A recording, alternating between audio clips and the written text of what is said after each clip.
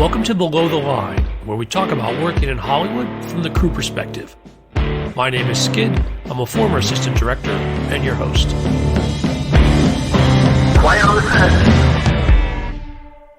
Today we're talking about The Unbearable Weight of Massive Talent, the Nicolas Cage film that's basically a riff on Nic Cage. My guest today is Mikey Trudel, who was the property master for the LA unit. Mike, welcome to Below the Line. Hey, Skid, how you doing? Good. You know, Mike, I met you first, for our listeners who don't know, when I was a guest on your podcast, Failing Hollywood, last October, and I've been looking for a chance to return the favor. Really glad you could join me today. Yeah, I'm glad to be here. I hear you're coming back to LA again too, right? As often as I can. I always try to get back to LA whenever I can. So Awesome. For listeners, a warning, today's conversation may contain spoilers for the film. Mikey, let's talk about the film briefly, just for folks who haven't seen it. Give them an idea of what the film is overall, and then we'll talk more specifically about the LA portion. It's not written by Nic Cage, but it's got his stamp of approval. It's a movie where Nic Cage essentially plays Nic Cage, and it's a riff off, like you were saying, a riff off of his real life.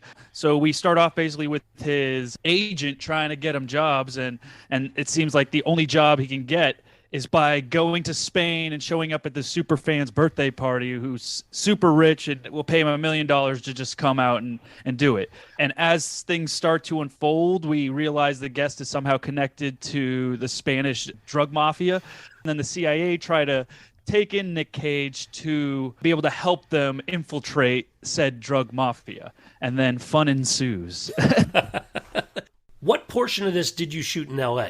So we were brought in for about 2 weeks, and the focus was to just get a lot of missing pieces. First of all, if you watch the show, the main CIA agent is played by Tiffany Haddish. In the original movie, she had kind of a lesser known, less funny sidekick or partner, I should say, helping her out and doing all this stuff. Later on through this and through the reshoots, we were actually able to get Ike Baranholtz.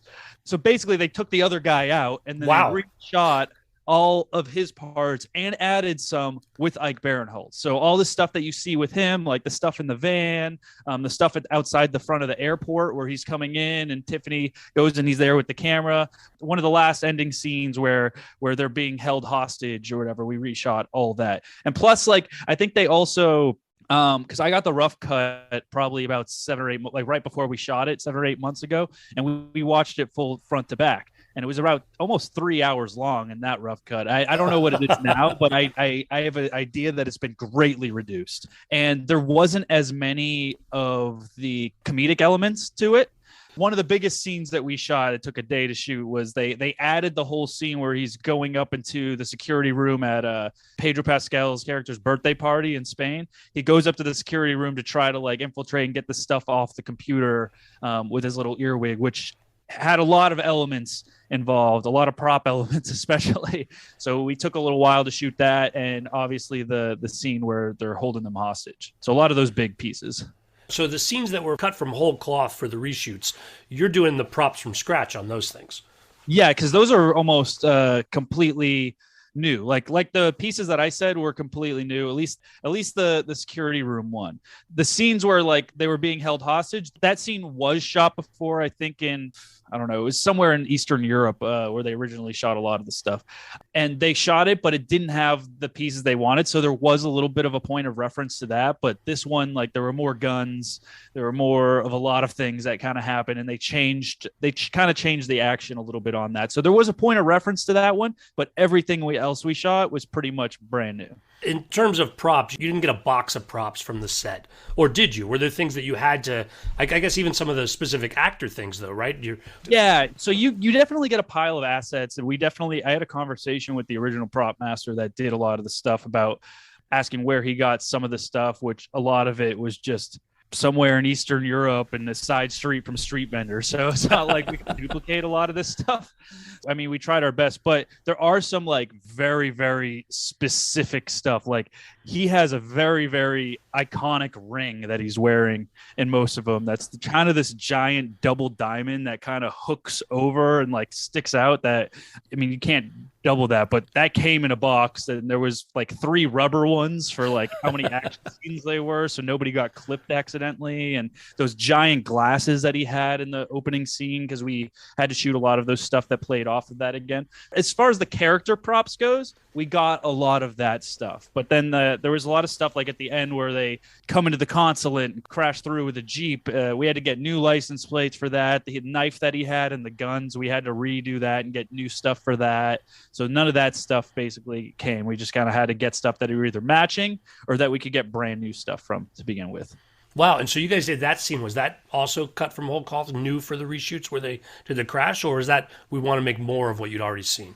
It was more of what we already seen. So that one was a playoff. So what you saw in the movie was probably a combination of what you saw from what was shot in Eastern Europe and then what was shot here. We actually shot half in front of the town hall in Pasadena that you probably famously known from Parks and Recreation. So that's the U.S. consulate, I guess, in Mallorca, Spain, is the same place where they do Parks and Recreation. Well, what other prop challenges did you face? I mean, other things that specifically were difficult or you were particularly proud of?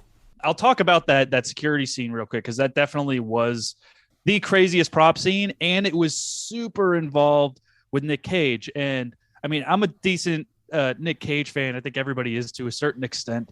So I was a little bit intimidated to him because he kind of is a little bit of a living legend. So being around him, like, I wasn't super like in his face, other than like, I mean, there was like little moments where he didn't talk much. He didn't talk too much. There was moments where he was like, I think I would have a gun here. It's like, okay, well, Nic Cage wants a gun. Here you go. But for that one, it was like, it was super involved because the beats to the scene and what was scripted was pretty much, all right, he goes up to find the security room. The CIA has supplied him with a pouch. And it's not very specific. Like, it's on me to figure most of the stuff out. It's just like, oh, some sort of pouch. And he pulls it out of his jacket, and that's like the kit that the CIA gave him. And whenever you get a kit, I mean, the scripts are usually vague, and this is like the biggest prop challenge is try to figure out and get something that everybody's happy with. And the more that they pull out, the more complicated it gets. And you have to do it all in part for the actor so they can do all this stuff in the same beats and make it make sense without confusing them. And with Nic Cage, since you don't know what's going on in his head, because the most words that he ever says to you is, yep, and okay. That's pretty much it. So it's like he's a very hard person to read, doesn't joke around too much. But what was scripted is he pulls out a pouch. Out of the pouch, there's a key fob of some sort of, like to buzz him into the room. So he puts it in, and we had to get that, and I had to get a little light switch to put it in. He puts on the thing, and then he gets buzzed in. So he buzzes himself in, and then he has to pull out 2 mini spy cameras from the thing. And so the CIA back at their trailer or their truck or whatever can see what's going on. So we put magnets on him so they can just put him up wherever he wanted in the room as easy as possible. And he pulled those out of the pouch and put them on. And then he needs to take out a flash drive from the same pouch and put it into the computer and start doing some stuff on the computer. And then, of course, the conflict comes in. They see somebody coming with a gun to try to like invest. Like, oh no, he's coming. Now you have to put on the poison agent on your hand in case he comes. And if you touch him, he'll die because the poison agent will go in. So I had to figure out that would be. And all it said in the script was he puts a poison agent on his hand. Not a lot of guidance. No, not a lot of guidance there. So we just like, I talked to the director. I was like, so what is this? He's like, I don't know, but you can't be able to see it, but we need to know he's putting it on his hand because it has to be invisible to the people. I was like, okay, so he's going to put something invisible on his hand and we got to make it visible and then invisible. Sure. So what we came up with, like through a bunch of trial and error, was, I don't know, when you go to the hospital, they put on where the needle is for dressing on your IV and stuff like that. These things called tagoderms. It's almost like a tape that molds to your skin, but it flexes and everything, and you can't really notice it unless you like super look. And then we took a tape called Crazy Red, I think is what we call it in the film industry. And it's just a red strip that you can easily take off, and that's translucent also. So we kind of kept it loose. It was kind of sticky on one side with the crazy red on. So we had to put it in the pouch to where it didn't stick to the sides super easily. So when Nick took it out, he could slap it on his hand cleanly with no bends without sticking to the side and pull off the thing. So prop master's worst nightmare is like, okay, let's just hope it goes well and have 30 different resets. That way we can at least try it a bunch of times and hope we're not like going against it. Yeah, so you had to like be prepared for a reset as well, as you mentioned that. It could be again and again on this. Never mind changing the camera, just getting it right. Yeah, so we had a table outside with like 30 of these ready to go. And that's not even the end of it. Like he pulls that out, puts it on, pulls out the big red, and then is like confused and goes out. And then he accidentally walks out of the door with the key fob inside. It closes, and then he wipes his brow. So he accidentally poisons himself. And then they go, well, we have an EpiPen type thing, which is a special EpiPen that we needed to find or make that didn't look like your typical EpiPen. It has to look futuristic, nice CIA new thing. So it's like, okay, we found this thing and then it's back inside. So he has to scale the ledge of the building outside to try to go in while he's being knocked out by this drug that's supposed to kill you, and find the EpiPen, get it out of the pouch, put it in. What's that? That's like 8 or 9 props that are in this pouch. And most of the stuff they want to do in like, especially the wide, in one take. So I was like, okay, the way of when watching Nic Cage, it doesn't seem like I feel like this is going to be horrible for him and it's going to be super confusing. So I did my best to try to explain it to him. And like I said, like the most you get out of Nic Cage is like, okay, yeah, you take this out, you put it here, and then you just, okay. Okay. I was like, yeah, then you put the sticky on, you peel this. All right.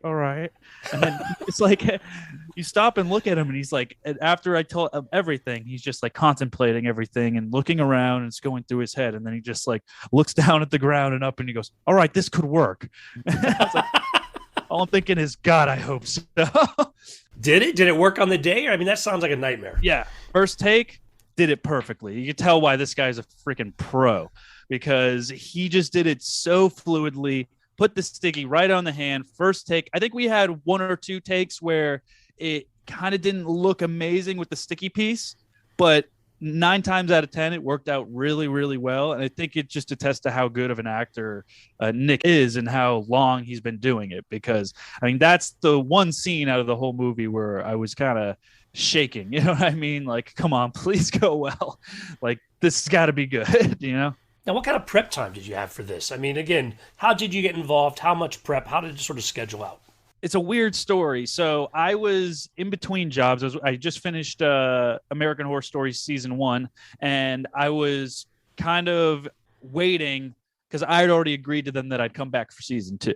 So I didn't want to do anything crazy. I was mostly doing commercials at the time, and I was helping my buddy out, the prop master, who does a little show called Westworld. So I was bouncing in and out with him, and he picked up something at the time on the side and kind of took it. So he thought he was just going to jump into the reshoots for a different movie he did, a movie that you may have seen the trailer just dropping called Bullet Train. So he picked up this movie thinking it was Bullet Train. And then once he got into the first few meetings, he was like, wait a minute, I thought this was Bullet Train. Come to find out, no, it's this Nic Cage thing. And he wasn't fully vaccinated either at the time, and it was a full vax set. So pretty much after he had already started getting up and going, and he asked me if I could just help him out on it. Like one day I showed up at the office and he goes, well, Mikey, it's your show now. So that's how I kind of got involved with it by accident. It turned out to be fine. But he left and went back to Westworld. And then I kind of took up the slack for him and brought in a couple other people. It was probably about 6 days of prep. So 6 days to figure it out. They didn't let me take out my whole prop trailer on it just because it was pickups. So they rented us like a small cube, and we kind of cross-loaded everything from my trailer that we'd possibly need. We did a lot of airport scenes. We did like a car heist scene. We did a lot of things like that. So we kind of got as prepped for that stuff as we could possible. Anything that we could possibly think of could go wrong, that to be prepared for, and we did that. We did some Pedro Pascal scenes and some like little clips of picking some stuff up too. Like we did the part where they're jumping the fence to try to go when they're tripping on acid. Yeah, so we did a couple of those pieces, just like I said, comedic elements, just to try to add to it and make it a little bit more funnier at times. Were there other scenes that were specifically challenging, or that you remember clearly from trying to pull this one together? I would say the one that I mentioned was the most challenging one. Aside from that, it was the actual final, not the heist scene, but the one where they have them captive with Ike Baranholtz, just because there were a lot of guns. And it was right when that was, I don't think the Alec Baldwin thing had started happening, but it was like a kind of a questionable thing of whether we would use blanks or not, and stuff like that. So that was a little bit concerning because I had to be like front and center about everything. And we had probably 5 or 6 like real firearms on set that day. So that one was just, I wouldn't say challenging, but stressful for different reasons, just because I was the sole one that had to be handling that and worried about that and responsible for all that stuff. We didn't end up actually using any blanks. We had them prepared, but we didn't actually need them, mostly because Nick doesn't like to use blanks if he can. I mean, now for more reasons, I think almost every actor doesn't like to use blanks at the moment. Yeah. How was it with the actor? You said you had a little bit of time with Pedro Pascal. Was he any more verbal than Nic Cage was? As far? Yeah. So Pedro, he was a very, very friendly guy. He was incredibly friendly. He's always joking around, and he always is walking around and like talking with the grips and stuff like that. I had a weird interaction with him. I was actually wearing a Grogu t-shirt one morning, and I don't like to like look at I don't realize the shirts I'm grabbing in the morning a lot of the time. Like, I'm looking at colors and making sure that they match and they're fine or whatever. So like I grabbed it and like without realizing I'm wearing a Mandalorian shirt. We're shooting a theater scene with them, and then a lot of like other pickups where like there's like a Neil Patrick Harris piece. I think that was just like a tiny little piece we needed to get, and a lot of that stuff. So we had Pedro there, and I think I was propping him up. He had a couple big watches and a couple big rings and stuff like that. And I'm putting on his watch and his rings, and then he's looking at me and goes, "Oh, you're gonna really do this to me right now?" And I didn't know what he was talking about. Like I said, I'm oblivious sometimes. So I was like, what? And he pointed to my shirt, and I was like, oh, I swear to God, this was not intentional. He goes, uh-huh. And then he ended up complimenting the shirt because I think it was like it was probably like a Comic-Con like independent design t-shirt, one of the ones that you kind of get from the artist alley vendors or whatever. So he's like, oh, I've never seen that one before. I really like it. He asked where I got it and everything like that. I think I gave him the card of the vendor. Like, yeah, I can't imagine that you're going to go around wearing a Grogu shirt, but he was kind of nice. Really good guy. Now, what about when you're shooting, you said Ike Baranholtz came in to replace someone else, and so Tiffany Haddish is basically reshooting all the scenes that she has with him. What's it like for those actors? How were they? And then just, again, the idea of doing something again. I'm just curious about the dynamic on set for those scenes. I think they were all about it. I mean, Tiffany, I had a little bit of interaction with Tiffany. She kind of keeps to herself a lot with the crew, or just the actors and the director, I guess, which is fine. There's a couple actors like that. Ike was very, very friendly, but I think they were just like nobody had an issue with it or a problem with it. I think they knew why we had to do it, and they knew how. And I think honestly, if you watch the original cut with the old guy, Ike definitely adds like a whole new element. Like a lot of the lines that Ike actually said were not scripted. Like it was just a lot of him rolling with it. Like I don't know, there's like a line in the car where he's looking at it and she's like, "Oh, have you even seen Cruise?" Where he just goes, "No, I'm a 40-year-old man. I've seen Face Off." Like stuff like that. Like that was all improvised. You know what I mean? So I think he brings, as coming from a comedic background and just being a comedian, especially with Tiffany Haddish, who is also a comedian, which clearly I don't think the other guy was that, is they were able to bounce off each other better. And it was a lot of laughs when they were going and just them just riffing. That's kind of my favorite parts about being on sets, is when you let people who are really like, especially comedians who are, that's their art, like letting artists just go at it and just riff. And that's usually where you get your best lines. So I think redoing it wasn't really an issue for everybody, just because the stuff that you're getting is so fresh and new anyway, that it doesn't feel like it's a redo of stuff. And I mean, Ike Baranholtz is just fucking gold in this movie. Yeah, no, I would agree. And what was it like working with Tom Gorman, the director who also wrote the film? Yeah, him and the writer were really, really close. They were actually a lot younger than I was expecting. Like when I first went into the meeting or whatever, because like I'm not ageist or anything, but I'm a younger guy myself. So I still get intimidated a little bit going on, because I mean, within the past like 5 or 6 years is just when I started getting into the bigger, higher budget world. So I still do feel intimidated time to times, like going into a lot of these bigger sets and situations. So when my first meeting with them, going to the room, I was surprised just to see how young he was. But with that, he was also hungry and really into the art of the script and everything and what they were doing. And he was just a very, very positive guy. So really, really cool guy, really easy to talk to, really easy to riff with and come up with a lot of the ideas. So that's what we're saying, like the tape on the hand. And I think that's why a lot of these writers kind of leave it open-ended, is to leave room for the director to be able to direct and put their stamp on it. Because I'd say a lot of the stuff we came up with was mostly with his help. Like it was going through a few trials and error, but with him all the way being like, okay, a little closer. Yep. There you go. Right there. You know what I mean? And he gave really good direction to be able to kind of find and give me a really good idea of exactly what he wanted. So I had a really good experience with him, and it was very positive. It was mostly all smiles. Like, he's not a yeller. You have a lot of these directors, like I wouldn't say yeller as much, like Nolan and Tarantino and Michael Bay, who are just infamous for just not being the most fun to work with. Like, their sets may be infamous, but like I'll take working with directors like this any day over working directors like that. Ones that, like, you don't have to be walking on eggshells. Like, you don't have to be afraid to like bring up a suggestion or to pitch an idea. You know what I mean? Like, he was very open to taking in any of that and letting people kind of express and do what they do best.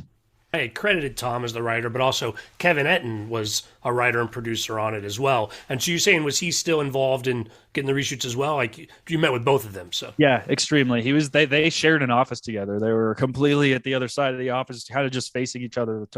They very much made all the decisions together and with each other's blessing.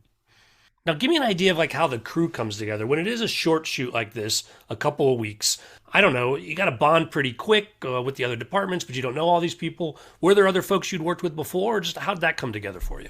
I don't think there was, actually. Yeah, it was fairly new. I think you're right when you say it's like you kind of have a bond, like on American Horror Stories. I've been working with these guys for 1.5 years at this point. So like, you know them very well. You have a very good relationships. And I think where like cross departmental stuff goes, like there's always a weird thing. Like, it's like where sometimes we need electricity at our car to charge phones, like stupid little things like that. You know what I mean? Like set prop phones. And it's always like kind of walking on eggshells for the first couple times, going over to electric and being like, hey, do you guys, just because you don't have the relationship yet. It's not like anything bad. It's not like they're bad people. It's just like when they're super busy, last thing you want to go is like, hey, I need to charge our phones. Can you run us a line to charge our phones? Every single person on the show was very friendly and easy to get along with right away. So nobody gave any lip. Everybody was just super positive. And it was a fun set to work on. And I think it goes into the comedic element stuff. Like on sets, drama-driven sets tend to be, I don't know, they're sometimes less serious. I don't want to say that's always the case, because you hear like shows like Ozarks and stuff like that, like some of the greatest crews in the world that people would like love. Like they would never leave that show for 1,000,000 years for anything else and stuff like that. But comedic sets tend to have better energy. You know what I mean? I think coming in and just do funnier stuff helped. So everybody was easy to get along with. The cross-dimensional departments, nobody gave any lip, or there was a bunch of stuff like I don't know, like there was a lot of stuff with the car. Like we shot that in an airport hangar, like the same area where we shot him getting off the plane and walking in. We just picked up a hangar and was like, all right, this is our stage now. And they threw the van in, and then they just put a giant big screen TV behind the van and played like street on it. And then they just had grips behind it with a piece of wood, like making the car go up and down and looking like it's moving around. Good old some movie magics. And then that was it. So it was just like a lot of like cross-departmental things just thrown in and trying to make everything work the best we can, and everybody worked really well together. Well, the film came out great. Really enjoyed talking to you about it. On that note, we're going to call it a wrap, but Mikey, great seeing you again. You too. Listeners, I always appreciate your feedback. You'll find my contact info on our website, below the line, oneword.biz. That's B-I-Z. You'll also find past episodes and links to all of our social media, so check it out. So, Mikey, you mentioned American Horror Stories. Is that season 2 we're going to see your work on? Yeah. If you go check it out, it'd be on Hulu. It's currently airing, so there'll be a whole bunch of new episodes coming out soon. Should be a couple already ready. And how's your podcast going? Tell folks more about that, where they can find you. Podcast called Failing Hollywood. Skid's been on an episode before. We kind of take in a lot of similar people that you do, but it's kind of more of a chilling at a bar environment. We talk about their work a little bit, but it's more bullshitting and playing games and just talking about movies and stuff. So yeah, if you want to check that out, check it out. Failing Hollywood, wherever podcasts can be found. Well, I had a great time on your show. I look forward to doing it again sometime, Mikey. Thanks again. Yeah, hopefully sooner than later. Thanks also to Curtis 5 for our music, John Juan for our logo, and to all our listeners, I appreciate you. Please rate us wherever you get your podcasts and tell your friends. Thanks again from Below the Line.